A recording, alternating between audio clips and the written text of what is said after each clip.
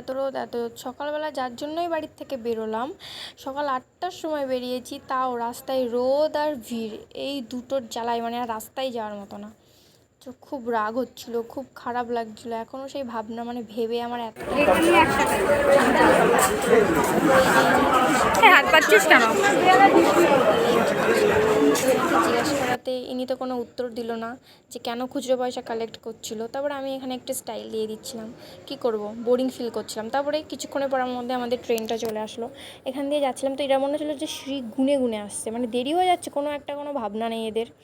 তারপরে যে এই ব্যক্তি খাতা খুলে বসেছে ট্রেনের মধ্যে। দেখো গাইজ, এর থেকে আর হাস্যকর বিষয় কিছু হতে পারে না, কারণ সারা বছরে পড়ে না, পরীক্ষা দিনেও খাতা খুলে বসেছে। কি বলবো, তার মধ্যে ট্রেনটা ছাড়লো, ট্রেনটাও চলছিল না আজকে, মানে সব দিক থেকে কপালটা খারাপ। তো জানি না পরীক্ষা দিতে গিয়ে কী হবে। তো এই যে আমরা চলে আসলাম কলেজে।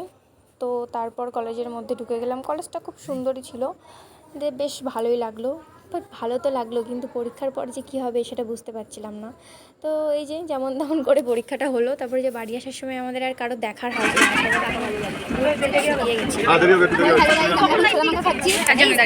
খাচ্ছে গাইজ, ও ছোলামাকা খাচ্ছিলো। ছোলামাকা খেয়ে টেয়ে বাড়ির দিকে আসলাম। বাড়ির দিকে আস্তে আস্তে একটা সুন্দর জিনিস দেখলাম, সবাই বেরিয়েছিল। তো এই যে সবাই নাচ টাচ করছিলো, তো আমারও একটু নাচ করতে ইচ্ছে করছিলো, কী করব, তো আমার ইচ্ছা মানে তো সেটা করতেই হবে। তো আমিও চলে গেলাম নাচ করতে, একটু নাচ টাচ করে টোরে।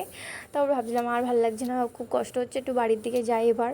তো এই যে চলে আসলাম সন্ধে হওয়ার আগে আমরা বাড়ি। ভীষণ কষ্ট হচ্ছিলো সেই দিন।